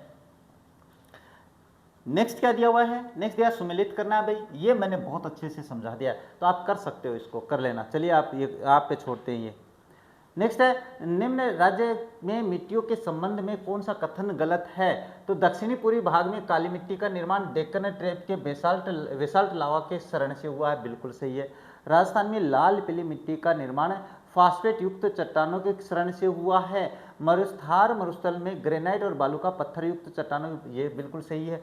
दक्षिणी भाग में ग्रेनाइट नीस क्वार्जाइट चट्टानों के लाल दोमट मिट्टी का निर्माण हुआ, सही है। लाल पीली मिट्टी का जो निर्माण है वो फास्फेट युक्त चट्टानों के शरण से नहीं हुआ है, ये बात ध्यान में रखनी है आप लोगों को। इसके बाद में बात करते हैं नेक्स्ट क्या, साबी नदी कहाँ से निकलती है भाई? तो साबी नदी आपके पास बैराठ की पहाड़ियों से निकलती है। काकनी नदी आपके पास जैसलमेर की कोटड़ी गांव से आती है। और बाण गंगा आपके पास सेवर जो की पहाड़ियाँ वहाँ से होती है, और कांतले खंडेला की पहाड़ियों से निकलती है, यहाँ इनका उद्गम स्थल होता है। अच्छा, इसके बाद में बात करते हैं नेक्स्ट, इंदिरा गांधी नहर परियोजना के संदर्भ में निम्नलिखित में से असंगत युग्म का चयन करना है, अभी कर लेते हैं। राजस्थान नहर बोर्ड के प्रथम अध्यक्ष कंवर सेन थे, बिल्कुल थे। लूणकरण लिफ्ट नहर का निर्माण कार्यारंभ जो था वो आपके पास 1968 में, ये भी सही है। नहर परियोजना क्षेत्र के विकास के लिए कमांड एरिया विकास प्राधिकरण का गठन 1974 में किया गया था। और इंदिरा गांधी नहर परियोजना के प्रथम चरण का कार्य 1990 नहीं 1975 में पूरा हो चुका था भाई। कहाँ? 1975 में, तो ये याद रख लेना आप। नेक्स्ट बात करें तो क्या है, लोहा अयस्क रेवत पहाड़ियाँ, मैग्नीज काली पहाड़ी, इसका आंसर आपके पास दिया हुआ भाई, तो ये देख लेना आप लोग, है ना। इसके बाद में बात करते हैं नेक्स्ट क्या है, 2011 की जनगणना के अनुसार निम्न में से किस जिला समूह में महिला साक्षरता 40 से कम थी भाई? तो बाड़मेर, प्रतापगढ़, सिरोही नहीं, ये आपके पास जैसलमेर, जालोर और सिरोही का जो अपने पास महिला साक्षरता है दर वो 40% से कम थी 2011 की जनसंख्या के अनुसार, जनगणना के अनुसार। जैसलमेर, जालोर और सिरोही। निम्नलिखित में से कौन सा एक सर्वाधिक भंगुर पारिस्थितिकी तंत्र है जो वैश्विक तापन द्वारा सबसे पहले प्रभावित होगा? सही, सीधी सी बात है भाई, अगर तापमान ज़्यादा बढ़ेगा तो आर्कटिक यानी अंटार्कटिका में ग्रीनलैंड हिम चादर जो है ना, बर्फ की जो चादर बिछी हुई है अपने उच्च अक्षांशों में, वो सबसे पहले प्रभावित होगी अगर तापमान बढ़ेगा। इसके बाद में क्या, सूची 1 को सूची 2 के साथ मिलान कीजिए भाई, कुछ सही का उत्तर दे देते हैं। लोहागढ़ किसे कहते हैं? भरतपुर को कहते हैं। चलिए, स्वर्ण कोठी कहाँ पे है? स्वर्ण कोठी आपके पास टोंक में है। दिलवाड़ा मंदिर कहाँ? माउंट आबू में है। केला देवी आपके पास है करौली में है, तो इसमें ज़्यादा समस्या नहीं है। नेक्स्ट बात करें, निम्नलिखित में से राजस्थान में कौन सी वस्तु का निर्यात सर्वाधिक किया जाता है? इसमें आपके पास इंजीनियरिंग जो गुड्स है ना, इसका सबसे ज़्यादा निर्यात होता है अपने राजस्थान से। नेक्स्ट बात करें तो क्या होता है, नेक्स्ट आपके पास क्या है भाई, चलिए कहाँ हो गए, हाँ, राजस्थान में ऊन की प्रचुर मात्रा को देखते हुए निम्न में से किस स्थान पर केंद्र सरकार द्वारा एक अनुसंधान केंद्र स्थापित किया गया है? तो गुलाबपुरा, भीलवाड़ा, मालपुरा टोंक में भी। कहाँ? मालपुरा टोंक में। अविका नगर टोंक भी याद रखना भाई, ये शायद मैंने पहले बात बताई थी आप लोगों को। इसके बाद क्या, औद्योगिक उत्पादन सूचकांक IIP के संबंध में सत्य कथन को पहचानिए। तो प्रत्येक माह को क्या IIP को प्रत्येक माह जारी किया जाता है। इसके लिए आधार वर्ष 11-12 है और इसकी रिपोर्ट NSSO द्वारा नहीं, NSSO द्वारा नहीं, NSO द्वारा जारी की जाती है भाई। किसके द्वारा? NSO द्वारा जारी की जाती है, तो बाकी आप देख लेना भाई। इसके बाद में परंपरागत कृषि विकास योजना पर होने वाले खर्च में भारत सरकार और राज्य सरकार का अनुपात, यानी कोई भी परंपरागत कृषि, सॉरी प्रश्न थोड़ा सा गलत आ गया है, इसमें प्रश्न ऊपर नीचे हो गया है, मैं थोड़ा सा इसे सुधार देता हूँ प्रश्न को। हाँ, ये जो है ना, अकाल पड़ने पे नहीं, ये क्या है, ये परंपरागत कृषि विकास योजना पर होने वाले खर्च में भारत सरकार नहीं, ये प्रश्न थोड़ा सा गड़बड़ा गया भाई, ये प्रश्न छोड़ देते हैं। और इससे आगे वाला जो प्रश्न है ये भी थोड़ा गड़बड़ा गया है। अकाल पड़ने पे जो, मैं ये थोड़ा सा सुधार देता हूँ भाई, है ना। अकाल पड़ने पे राज्य सरकार और केंद्र सरकार का जो व्यय होता है, यानी अकाल पड़ने पे जो भी अपने पास सुविधाएं पहुंचाई जाती है तो उसमें जो व्यय होता है वो 60:40 का होता है, ये ध्यान में रखना भाई, है ना। अकाल पड़ने की स्थिति में बता रहा हूँ मैं। इसके बाद में बात करें मनरेगा योजना का ध्यान निम्नलिखित कार्यों पर उसकी प्राथमिकता के क्रम में होगा। तो ये जो क्रम है ना, मैं बता देता हूँ, मनरेगा योजना के ये कार्य सारे हैं भाई, ये सारे कार्य मनरेगा के हैं। बस आपको ध्यान में रखना प्राथमिकता इस तरीके से, सबसे पहले 1 नंबर पे ये, उसके बाद 4 नंबर का जो है वो 2 नंबर पे आएगा, फिर 6 नंबर का 2 नंबर पे आएगा। तो ये अपने जो क्रम है ना वो ध्यान में रखना, इसका स्क्रीनशॉट ले लेना भाई आप लोग। इसके बाद में बात करेंगे नेक्स्ट, शुद्ध के लिए युद्ध और निरोगी राजस्थान अभियान और इंदिरा रसोई योजना और इंदिरा गांधी शहरी क्रेडिट कार्ड योजना, ये सारे मैच में है भाई, है ना, ये सारे मैच में है। तो आप देख लेना, ये अपने पास समय वेस्ट नहीं करते हो, आप आगे चलते हैं क्योंकि डेट तो आपको याद ही करनी पड़ेगी। क्या है, हाल ही में राजस्थान सरकार ने लाडो प्रोत्साहन में एक महत्वपूर्ण बदलाव किया भाई, 1.5 लाख रुपए सेविंग बॉन्ड दिए जाएंगे। सॉरी 1.5 लाख है भाई सवाल, ये जो ऑप्शन सी है ना, अब बेटी के पैदा होने पे 1.5 लाख सेविंग बॉन्ड दिए जाएंगे। नेक्स्ट क्या दिया हुआ है, निम्नलिखित में से कौन सा कार्य अमूल्य नीर योजना से संबंधित है। सिंचाई पाइपलाइन योजना लाइन कार्यक्रम है, क्या है, डिग्गी फव्वारा कार्यक्रम है, फव्वारा सिंचाई पद्धति विस्तार कार्यक्रम है, ये सारे आ जाते हैं इसमें। कौन से, अमूल्य नीर योजना में, अमूल्य नीर योजना में सारे अपने पास शामिल होते हैं। इसके बाद बात करते हैं क्या है, सामान्य रूप में एक उदासीनीकरण अभिक्रिया के को किस रूप में लिखा जाता है। तो उदासीनीकरण का पहला प्रश्न अपने रिपीट हो चुका है, क्षार प्लस अम्ल से लवण प्लस जल, ये होते हैं उदासीनीकरण की प्रक्रिया। इसके बाद में बात करते हैं नेक्स्ट, दिए गए क्या है, कूट का प्रयोग, सही कूट का प्रयोग करना है भाई। तो ये देखो मैंने दे रखा है यहाँ पे, ये मिला लेना आप लोग। जो ए है ना, बिना बुझा हुआ चुना, उसको CaO कहते हैं। और बी की बात करें कास्टिक सोडा, तो इसके सामने आपके पास NaOH आ जाता है। Ca के C2 के सामने 2 आ जाता है, धावन सोडा के सामने Na2CO3 हो जाता है, और डी के सामने आपके पास NaHCO3 हो जाता है। तो ये ध्यान में रख लेना भाई, इनको ये नाम देते हैं, इनको कहते हैं भाई। अच्छा, असंतृप्त कार्बनिक यौगिक अत्यधिक काले धुएं के साथ क्या है, पीली ज्वाला प्रदान करते हैं भाई। असंतृप्त जो कार्बन यौगिक होते हैं वो क्या करते हैं, वो आपके पास अत्यधिक काले धुएं के साथ पीली लपट दिखाई देती है, ज्वाला मतलब लपटे आग की दिखाई देती है। इसके बाद में बात करते हैं कि रंग भेद की दृष्टि संवेदना के लिए जिम्मेदार संरचना निम्न में से है, शलाकाई, शंकु, आयरिस और स्क्लेरोटिक। तो इसमें आप शंकु है ना, वो होता है रंग भेद की दृष्टि संवेदना के लिए जिम्मेदार जो अपने पास अंग होता है वो। इसके बाद में बात करते हैं नेक्स्ट, क्या मानव के गुणसूत्रों में कितने युग्म होते हैं, 23 युग्म। युग्म का मतलब 23 प्लस 23 46 होते हैं, वैसे टोटल पूछे तो 46, युग्म पूछे तो 23 होते हैं। अच्छा, बेकिंग सोडा क्या है, पोटेशियम परमैंगनेट, सोडियम क्लोराइड होता है, सोडियम बाइकार्बोनेट होता है, सोडियम कार्बोनेट होता है। तो बेकिंग सोडा जो होता है वो आपके पास सोडियम बाइकार्बोनेट होता है ना। बेकिंग सोडा जो होता है सोडियम बाइकार्बोनेट होता है, इनका नाम भी आपको वैसे याद करना है। अच्छा, नेक्स्ट बात करें, मेंडल का स्वतंत्र अपव्यूहन का नियम किसके अवलोकनों पर आधारित है। तो द्विसंकरण पे आधारित है भाई। क्या, मेंडल का स्वतंत्र जो अपव्यूहन है वो आपके पास द्विसंकरण पे आधारित है। इसके बाद में बात करते हैं नेक्स्ट, क्या मानव शरीर की सबसे बड़ी ग्रंथि यकृत है भाई। क्या है, यकृत है। इसके बाद में अग्नाशय आती है, अग्नाशय आती है, याद रख लेना भाई, ये तो छोटी सी बात है। चलिए आगे, निम्नलिखित में से ऊर्जा का तात्कालिक स्रोत माना जाता है, प्रोटीन, ग्लूकोज। ग्लूकोज माना जाता है। तात्कालिक का मतलब ऊर्जा तुरंत दे देता है। अपन नहीं कहते ग्लूकोन डी पी ले यार, शरीर थकान हो रखी है, बोले ग्लूकोन डी पी ले, वो ग्लूकोन डी जो होता है उसमें ग्लूकोज होती है। तो तात्कालिक यानी तुरंत प्रभाव दिखाता है, वो ग्लूकोज होता है।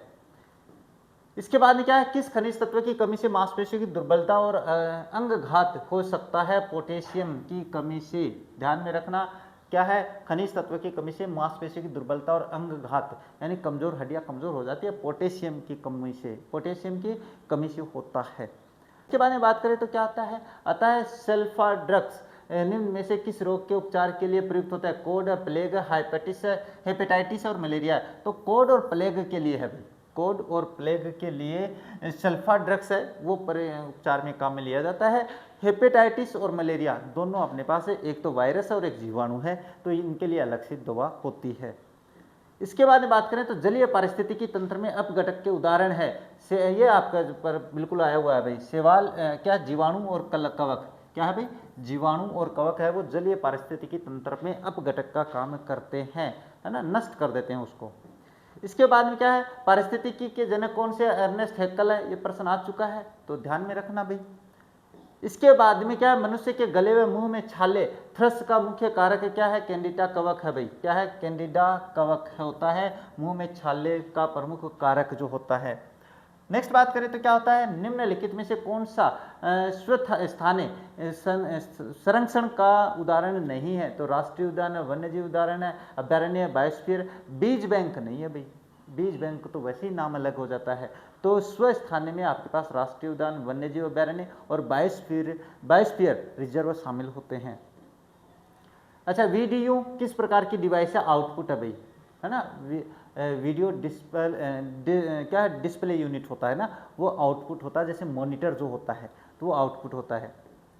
इसके बाद क्या, जैविक अपशिष्ट जैसे फलों के छिलके के निपटान का सबसे अच्छा तरीका क्या होता है, कंपोस्टिंग होता है। कंपोस्टिंग क्या होता है कि आपके पास जैसे कोई फल है उसका छिलका है, ज़मीन पे अपन गड्ढे में दबा देते हैं, जिससे वो क्या है कि सड़कर अपने पास खाद का काम करना शुरू कर देता है, वो होता है कंपोस्टिंग। इसके बाद में बात करते हैं नेक्स्ट, किसी माध्यम से होकर गुजरने के बाद श्वेत प्रकाश का भिन्न भिन्न रंगों में टूटना क्या कहलाता है, परावर्तन है, अपवर्तन है, वर्ण विक्षेपण कहलाता है भाई, वो क्या कहलाता है, वो वर्ण विक्षेपण कहलाता है। जो अलग अलग क्या है अपने पास रंगों में टूटता है उसे वर्ण विक्षेपण कहते हैं, परावर्तन नहीं कहते हैं। इसके बाद में बात करते हैं नेक्स्ट है, 3-4 वर्ष के बच्चे के दूध के दांतों में नहीं होते हैं भाई, तो दूध के दांतों में देखो कृत्रिम दंत होते हैं, रत्नक होते हैं, च्वर्णक होते हैं, अग्र च्वर्णक नहीं होते हैं, यानी मोलर्स से जो पीछे वाले होते हैं वो नहीं होते हैं। अच्छा, इसके बाद में बात करें नेक्स्ट, वह रासायनिक अभिक्रिया जिसके घटित होने से उष्मा बनती है, तो ये प्रश्न पहले आ चुका है अपना, उष्माक्षेपीय अभिक्रिया जिससे अपने पास क्या है, अब घटित होने से उष्मा बनती है। अच्छा, ये भी अपने पास जो दूसरा पेपर है उसके 85 क्वेश्चन वो शामिल हो जाते हैं, कंप्लीट हो जाते हैं भाई, गणित वाले नहीं करवा पाएंगे। इसके बाद में अपने नेक्स्ट हो जाता है शुरू, वो होता है क्या, राजस्थान विश्वविद्यालय को राष्ट्रीय मूल्यांकन एवं प्रत्ययन परिषद द्वारा प्रतिष्ठित A+ ग्रेड लगभग कितने वर्षों के बाद पुनः प्रदान की गई है, तो वो आपके पास 21 वर्षों के बाद दी गई है। ये जो प्लस ग्रेड है वो 21 साल बाद में मिली अपने राजस्थान को। नेक्स्ट बात करें तो क्या है, राज्य स्तरीय गणतंत्र दिवस समारोह 2026 के उपलक्ष्य अवसर पर 2020 जनवरी को विशिष्ट सेवाओं के लिए राष्ट्रपति का पुलिस पदक किसे प्रदान किया गया, ये पता है भाई आप लोगों को, सत्येंद्र सिंह महानिरीक्षक पुलिस सीकर रेंज सीकर में को दिया गया है, आ चुका है प्रश्न। इसके बाद में बात करें निम्नलिखित पुरस्कारों और विजेताओं और उन्हें प्राप्त सम्मान का सही मिलान कीजिए, तो प्रोफेसर जनक सिंह मीणा, देखो आप लोगों के सामने उत्तर मैंने लगा रखा है, इसीलिए लगाया ताकि आप समझ लो। प्रोफेसर जनक सिंह मीणा वो आपके कबीर कोहिनूर सम्मान है। इसके बाद में 2 के सामने किरण अग्रवाल को भारत गौरव अलंकरण है, और जो वैद्य ताराचंद है उनको आयुर्वेद भूषण है, और इसके बाद में आपके पास जो अमित कुमार करदम है उनको नेशनल यूथ आइकन अवार्ड दिया गया है। ये उत्तर बाद में अपने को क्या है कि रखने पड़ते हैं शुरू में। राज्य मंत्रिमंडल द्वारा 30 दिसंबर 2025 को अनुमोदित राजस्थान वाहन स्क्रैपिंग नीति 2025 के तहत कितने वर्षों से अधिक पुराने वाहनों को स्क्रैप करने का फैसला स्क्रैप किया जाएगा भाई, तोड़ा जाएगा, तो वो 15 वर्ष से पुराने जो वाहन है उनको स्क्रैप किया जाएगा, याद रख लेना भाई ये। इसके बाद में मारवाड़ महोत्सव का आयोजन कहाँ किया गया, जिससे लोकसभा अध्यक्ष ओम बिरला ने 22 दिसंबर 2025 को संबोधित किया है, तो संबलपुर ओडिशा में है, ये प्रश्न रिपीट हो चुका है। इसके बाद में राज्य सरकार द्वारा निम्न में से किसके साथ किए गए द्विपक्षीय MOU का होलोग्राफिक तकनीक के माध्यम से जीवंत प्रसारण Rajasthan regional AI impact conference 2026 में किया गया, गूगल, IIT दिल्ली, राष्ट्रीय विश्वविद्यालय जोधपुर और उपयुक्त सभी के साथ, तो ये उपयुक्त सभी के साथ आएगा भाई, इसमें ये क्या है, ये सभी के साथ किया गया है MOU। नेक्स्ट है, गोहाना स्थित श्री जड़खोर गोधाम किस जिले में है, जहां श्री कृष्ण बलराम गो आराधन महोत्सव 28 सितंबर 2025 को आयोजित किया गया, करौली, भरतपुर, अलवर, डीग, तो ये आपके पास कहाँ पे है, ये डीग में है, डीग अब खुद जिला बन गया है, याद रख लेना भाई। नेक्स्ट है, प्रदेश का पहला समर्पित स्नेक पार्क सर्प उद्यान कहाँ स्थापित किया गया है, जिसे केंद्रीय चिड़ियाघर प्राधिकरण CZA ने मंजूरी दी है। जयपुर है, जोधपुर है, जयपुर है, कोटा है। तो ये आपके पास कहाँ, कोटा आ जाता है। कोटे जो कोटा जिला है अपना, वहाँ पे अपने पास स्नेक पार्क वो स्थापित किया गया है। इसके बाद में बात करते हैं, PM राष्ट्रीय कृषि विकास योजना के तहत भारत सरकार से प्राप्त बजट का कितना प्रतिशत राजस्थान द्वारा व्यय किया जाएगा। तो इसमें अपन बात करें तो ये 79% है भाई, यानी 79% जो राशि है वो राजस्थान व्यय करेगा। इसके बाद में बात करते हैं, नेक्स्ट है, दिल्ली में 2 से 12 अक्टूबर 2025 को आयोजित आर्चरी प्रीमियर लीग का खिताब किसने जीता। पृथ्वीराज योद्धा है, राजपूताना रॉयल्स राजस्थान ने जीता भाई। क्या, राजपूताना रॉयल्स राजस्थान ने जीता है। कौन सा, APL, याद रख लेना भाई। इसके बाद क्या, चीन में आयोजित चीन पैरा बैडमिंटन अंतर्राष्ट्रीय प्रतियोगिता 2025 में कृष्णा नागर ने कौन सा पदक जीता है। तो इसमें अगर अपन बात करें तो इसमें आपके पास रजत पदक जीता है कृष्णा नागर ने 2025 चीन में आयोजित पैरा बैडमिंटन में। इसके बाद में बात करें तो क्या आता है, हील इन राजस्थान नीति 2025 के संबंध में कौन सा कथन गलत है। इसका उद्देश्य राजस्थान को मेडिकल टूरिज्म का वैश्विक हब बनाना है। इसके तहत केवल आधुनिक चिकित्सा, यही गलत है भाई। इसमें अपने पास आयुष को भी शामिल किया गया भाई, है ना। ये जो आयुष योजना है इसको भी शामिल किया जाएगा, केवल अपने पास आधुनिक चिकित्सा को शामिल नहीं किया जाएगा। तो हील इन राजस्थान नीति के ये बाकी जो पॉइंट्स है वो याद कर लेना आप। इसके बाद में बात करें तो क्या आ जाता है, the best FIFA football award 2025 के संबंध में कौन सा असंगत है। तो इसमें बात करें तो सर्वश्रेष्ठ जो खिलाड़ी है वो उस्मान डेम्बेले है, याद रखना भाई, पक्का पहले बात हो चुकी है अलग अलग प्रश्नों में। सर्वश्रेष्ठ महिला खिलाड़ी एताना बोनमती स्पेन की है, सही है। सर्वश्रेष्ठ फुटबॉल जो पुरुष गोलकीपर है उसमें अगर बात करें तो जियान लुइगी डोनारुमा है भाई, डोनारुमा इटली से है। और सर्वश्रेष्ठ महिला गोलकीपर लिजावेथे ओवाले नहीं है भाई, क्या है, ये गलत हो जाता है, बाकी तीनों सही है। इसके बाद में बात करें 68वां राष्ट्रमंडल संसदीय सम्मेलन CPC 5 से 12 अक्टूबर 2025 को कहाँ आयोजित किया गया। गेबान, फिजी, टोक्यो और बारबाडोस में क्या है अपने पास इसका आयोजन किया गया था। ध्यान में रख लेना भाई, ये प्रश्न बड़े इंपॉर्टेंट है, पूछ सकते हैं यहाँ से। चलिए आगे देखते हैं हम। आगे क्या दिया, प्रधानमंत्री द्वारा 11 अक्टूबर 2025 को लॉन्च दलहन आत्मनिर्भरता मिशन के लक्ष्यों को प्राप्त करने की सीमा कब तक निर्धारित की गई है। तो वो आपके पास 2030 से 31 तक निर्धारित की गई है, सीमा निर्धारित की गई। यहाँ तक हम अपना लक्ष्य हासिल कर लेंगे। इसके बाद में बात करते हैं आहार सभ्यता के बारे में निम्न कथनों पर विचार कीजिए। आहारवासी तांबा गलाना जानते थे, बिल्कुल थे। ये लोग चावल से परिचित नहीं थे, बिल्कुल सही नहीं है भाई, ये गलत है, चावल से परिचित थे ये लोग। धातु का काम आदिवासियों की अर्थव्यवस्था का एक साधन था। यहाँ से काले लाल रंग के मृद भांड मिले जिन पर सामान्यतः सफेद रंग की ज्यामितीय आकृति गई है, बिल्कुल सही बात है। तो आपके पास 1, 3 और 4, 1, 3 और 4 कहाँ पे, ये आपका सही है। बाकी ये जो लोग हैं ना वो चावल से भी परिचित थे, तो यहाँ पे हाँ होता तो आपने 4 ऑप्शन सही कर देते, लेकिन अभी ये है ही नहीं। तो चलिए, झालावाड़ से पूरा पाषाण काल के औजारों की खोज किसने की है। C.A. हैकेट है, सेटन कर ने की है भाई, किसने की, सेटन कर ने की है। झालावाड़ से पूरा पाषाण काल के औजारों की खोज, ध्यान में रखना, सेटन कर। इसके बाद निम्नलिखित में से कौन से राजपूत सरदार हल्दी घाटी के युद्ध में राणा प्रताप के पक्ष में लड़े थे। राम सिंह तंवर था, बीदा झाला थे, पूंजा भील थे, माधो सिंह कछवावा और अशोक परमार नहीं लड़े थे। ये अपने पास मुगलों की तरफ से लड़ने वाले राजपूत शासक थे या अपने पास क्या है सरदार थे भाई। तो राम सिंह तंवर, बीदा झाला, जो बीदा झाला है या झाला बीदा है, जिन्होंने महाराणा प्रताप का क्या मुकुट पहन के अंतिम समय में लड़ाई करी थी, वीरगति को प्राप्त हुए थे। और पूंजा भील है। इसके बाद रणथंभौर पर किस चौहान शासक के समय सुल्तान इल्तुतमिश है ना, उसने आक्रमण किया था। तो ये वीर नारायण के समय आक्रमण किया था इल्तुतमिश ने कब किया भाई, वीर नारायण के समय। अच्छा, इसके बाद में बात करते हैं क्या है, राजस्थान एकीकरण के समय स्थापित सरकारी कार्यालयों के साथ सम्मिलित कीजिए भाई, अभी कर देते हैं। देखो आपके पास भरतपुर है, उसे अपने पास क्या है कृषि विभाग दिया गया।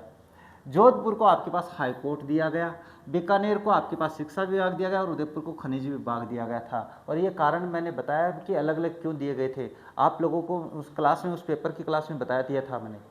अच्छा, संविधान निर्मात्री सभा में बीकानेर का प्रतिनिधित्व किसने किया था। के.एम. पणिक्कर ने किया भाई, के.एम. पणिक्कर ने संविधान निर्मात्री सभा में अपना बीकानेर का प्रतिनिधित्व किया था। नेक्स्ट है सूची 1 का सूची 2 से मिलान करना है। क्या है, ठाकुर कुशाल सिंह आप जानते हो भाई, आवा के विद्रोह में शामिल थे, आवा से थे।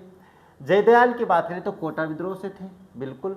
इसके बाद में रावत केसरी सिंह की बात करें तो सुलुम्बर से थे, और मेजर H.G. रॉबर्ट्स जिन्होंने अपने पास कोटा पे पुनः अधिकार किया था जब अपने पास क्या वहाँ के क्रांतिकारियों ने, जिसमें से अपने पास जयदयाल भी शामिल थे, उन्होंने अपने पास कोटा के जो शासक राम सिंह थे उनको वहीं कोटा में नज़रबंद कर लिया था और अपने पास लूट खसोट मचाई थी। 6 महीने तक कोटा में अपने पास उपद्रव होता रहा। बाद में मेजर H.G. रॉबर्ट्स ने वहाँ पे कोटा विद्रोह पे इन्होंने क्या काबू पाया था। तो चलिए अब आगे चलते हैं। आगे, मेव किसान आंदोलन का नेतृत्व गुड़गांव के किस नेता द्वारा किया गया था? तो देखो, मेव आंदोलन यानी अलवर भरतपुर में गुड़गांव के किस नेता के द्वारा किया गया था? तो चौधरी यासीन खान के द्वारा किया गया था भाई। किसके द्वारा? चौधरी यासीन खान जो थे उनके द्वारा। नेक्स्ट क्या जाता है, निम्नलिखित युग्मों में को सुमेलित कीजिए। तो आपके सामने सुमेलित करने के लिए दे रखा भाई, आप मैच कर लेना है ना, इनको मैच करते हुए अपने याद कर लेना आप लोग। नेक्स्ट क्या, बूंदी प्रजामंडल की स्थापना 1931 में किसकी अध्यक्षता में हुई थी? तो कहाँ आएगा, कांतिलाल, जो कांतिलाल जी थे उनकी अध्यक्षता में अपने पास बूंदी प्रजामंडल की स्थापना हुई है। इसके बाद में बात करें तो क्या है, निम्नलिखित में से को सुमेलित करना है। तो छत्रबाग विला जो छारबाग की छत्रिया वो कोटा राज परिवार की है भाई। कहाँ की है? कोटा राज परिवार। देवकुंड की छत्रिया वो बीकानेर की है। किसकी है भाई? बीकानेर की। और महारानियों की छत्रियाँ हैं वो जयपुर की है, और बड़ा बाग आपके पास जैसलमेर की होती है। यानी जैसलमेर जो राज परिवार है उनकी जो छत्रियाँ बनाई जाती थी वो बड़ा बाग में, या बड़ा बाग जो क्षेत्र है वहाँ पे बनाई जाती थी, उसके जो छत्रियाँ बनाई गई उसको बड़ा बाग कहते हैं। इसके बाद में क्या, अलवर के राजा बलवंत सिंह के समय दुर्गा सप्तशती का चित्रण किस चित्रकार ने किया भाई? छोटेलाल, शालिग्राम और बक्साराम। तो इसमें अपन बात करें तो छोटेलाल और शालिग्राम आते हैं। राजा बलवंत सिंह के समय दुर्गा सप्तशती का जो चित्रांकन किया गया है वो छोटेलाल और शालिग्राम के द्वारा। नेक्स्ट बात करें तो सुमेलित करना है, आंसर दिया हुआ है, ये आप लोग देख लेना भाई।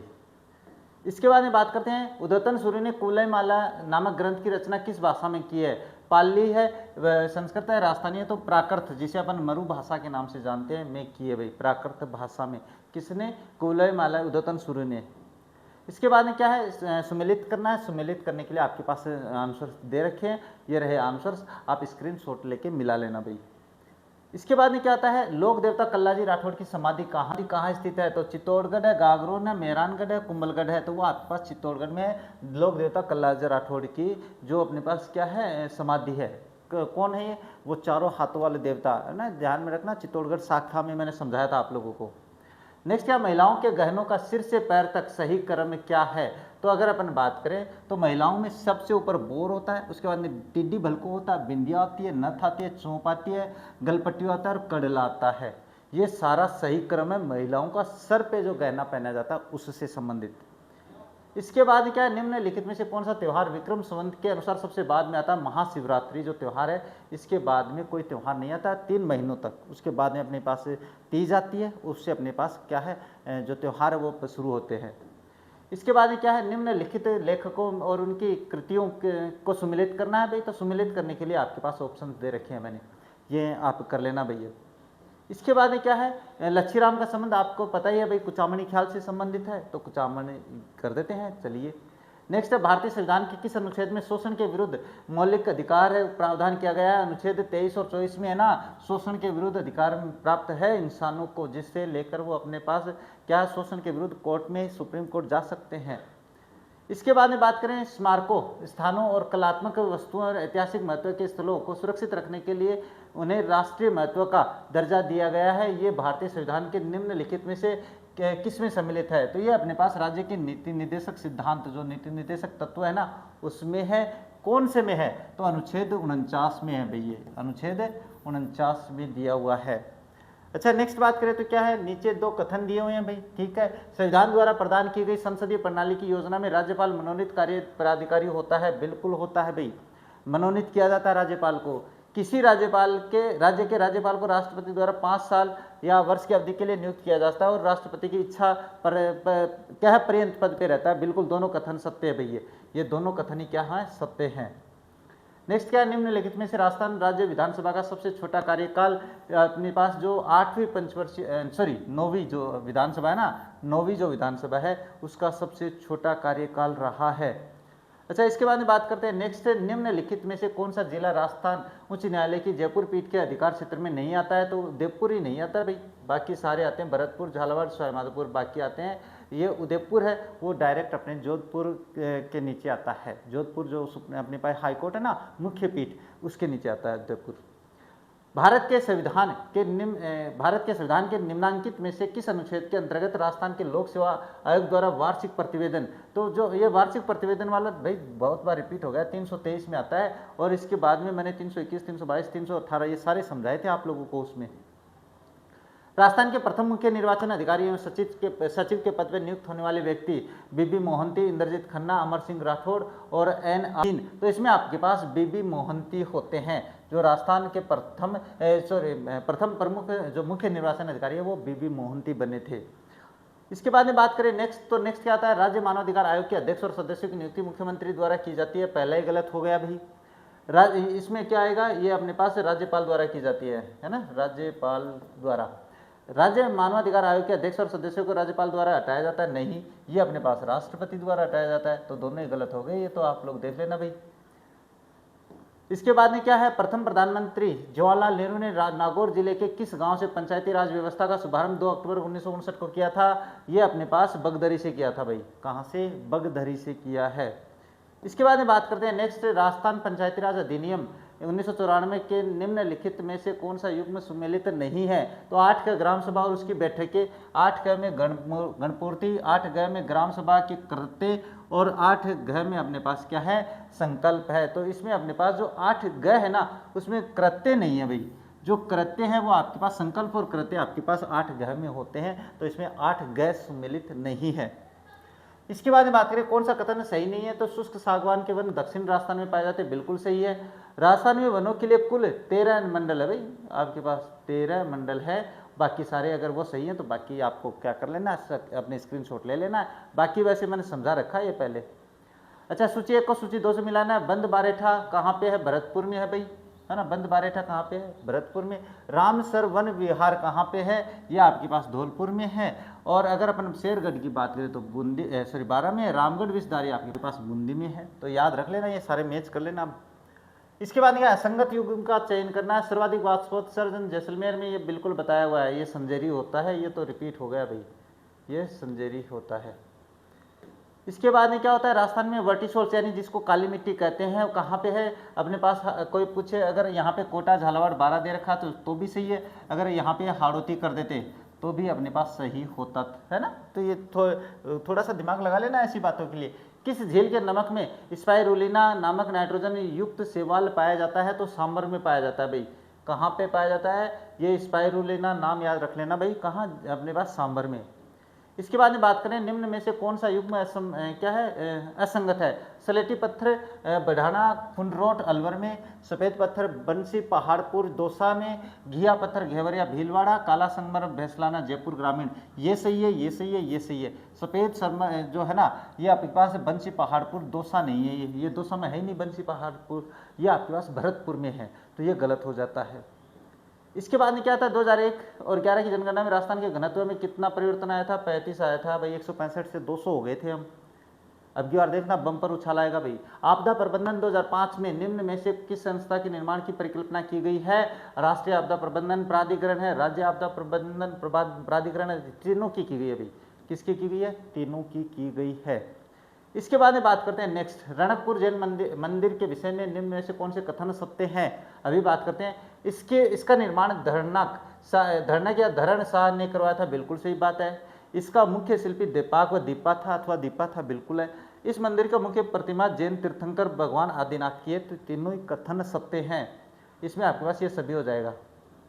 नेक्स्ट है, विदेशी मेंढे तैयार करने हेतु निम्न में से कहां पर प्रजनन केंद्र खोले जा रहे हैं? तो इसी प्रश्न पहले आ चुका है, भीलवाड़ा में, जयपुर में, चूरू में और झुंझुनू में खोले जा रहे हैं। मेंढे मतलब भेड़ का जो मेल रूप होता है उसके लिए। निम्न में से कौन सा कथन सही सुमेलित नहीं है? प्रथम औद्योगिक क्रांति 24 जून 1978 है, चतुर्थक 4 जून 1998 है, राजस्थान या निवेश प्रोत्साहन 8 अक्टूबर 2014 है, मुख्यमंत्री सलाहकार परिषद 18 अक्टूबर 2015 है। यही गलत है, यही गलत हो जाता है। मुख्यमंत्री सलाहकार परिषद 18 अक्टूबर 2015 में नहीं है भाई। इसके बाद में क्या है, राजस्थान के लोगों की अर्थव्यवस्था में वनोपज का महत्वपूर्ण स्थान है। इस संदर्भ में निम्न तथ्य पर विचार कीजिए। क्या है, आदिवासियों का हरा सोना कहा जाने वाला बांस मुख्य बांसवाड़ा, उदयपुर, चित्तौड़गढ़ व बारां में पाया जाता है। बिल्कुल सही है। अधिक उपज से आर्थिकी को संबल देने के उद्देश्य से केंद्र सरकार ने बांस को वन क्षेत्र से बाहर वृक्ष की श्रेणी से हटा दिया है। सही बात है।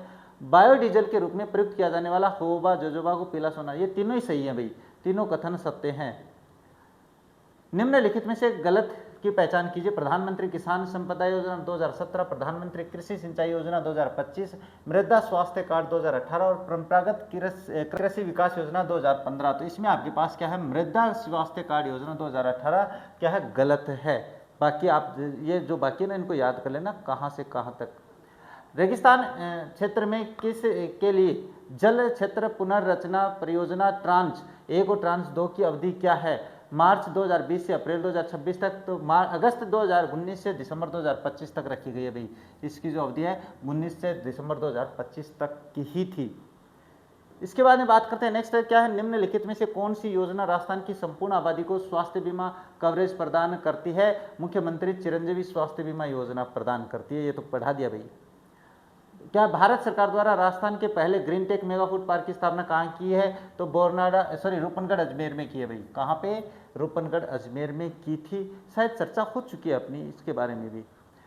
लाडो प्रोत्साहन योजना के संबंध में निम्नलिखित कथनों पे विचार कीजिए। ये अगस्त 2024 से लागू की जा रही है। ये बालिकाओं के जन्म को बढ़ावा देती है। दोनों ही कथन सत्य हैं। चलिए आगे। राजस्थान के सरकारी विद्यालय में मुख्यमंत्री बाल गोपाल योजना के तहत दुग्ध कक्षा 1 से 8 तक को पिलाया जाता है। याद रख लेना भाई। इसके बाद में क्या, राजस्थान सरकार द्वारा शुरू की गई मुख्यमंत्री कृषक साथी सहायता योजना का उद्देश्य क्या है? तो इसका योजना है किसानों और मजदूरों की मृत्यु और उनके शरीर के विभिन्न अंगों में चोट लगने की स्थिति में वित्तीय सहायता प्रदान करना। पहला ही ऑप्शन सही है। नेक्स्ट बात करें तो क्या दिया हुआ है, तांबे के बर्तनों पर नीले हरे रंग का आवरण किस रसायन से? भैया ये आपके पास CuOH2 CuOCO3 basic copper carbonate बोलते हैं इसको। क्या बोलते हैं? Basic copper carbonate. इसके बाद क्या, निम्नलिखित में से कौन सी धातु को तेल जैसे केरोसिन में रखा जाता है? भाई पोटेशियम को रखा जाता है। बहुत बार चर्चा हो चुकी है। इसके बाद निम्नलिखित में से कौन सा रेडियो एक्टिव पदार्थ नहीं है? एस्टेटाइन है, फ्रेंसियन है, ट्रिटियम है, जर्कोनियम नहीं है। बाकी सारे अपने पास क्या है, रेडियो एक्टिव पदार्थ होते हैं। रेडियो एक्टिव जिससे जिनको क्षरण करने से रेडियो एक्टिव किरणें निकलती हैं। इसके बाद में है, किसी अपारदर्शी वस्तु का रंग उस रंग के कारण होता है जिसे वह क्या करता है? अवशोषित करता है, अपवर्तित करता है, परावर्तित करता है, प्रकीर्णन करता है। तो जिसे वो परावर्तित करता है ना, उसी के जैसा वो दिखाई देने लगता है। जैसे कांच से अपन किसी चीज़ को पार करेंगे तो उसको परावर्तित करेगा, तो बिल्कुल वैसा ही दिखाई देने शुरू कर देगा।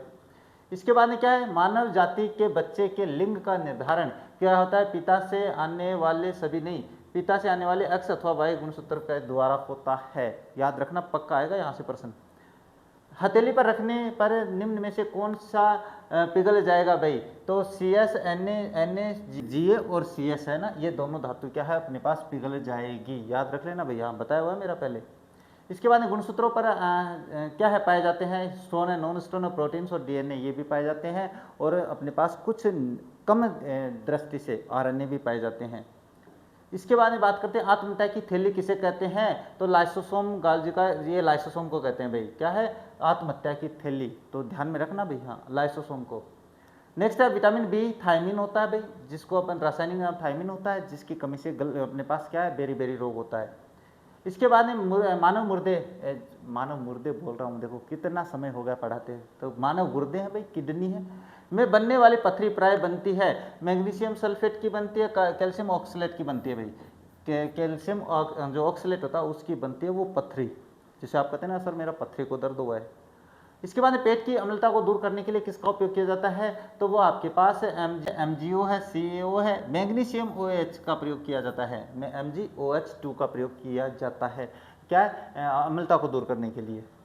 पारिस्थितिकी जिसके लिए अंतर्गत पादप समुदाय की रचना, प्रकृति और उसके संगठन विकास का अध्ययन किया जाता है, सामुदायिक पारिस्थितिकी में किया जाता है। सारी जो वर्णन है इनके बारे में भी अपन सामुदायिक पारिस्थितिकी में पढ़ते हैं। इकोसिस्टम शब्द का टेंस लेने दिया है, पहले आ चुका भाई ये तो। इसके बाद क्या, निम्न में से कौन सा रोग वंशानुगत रोग है?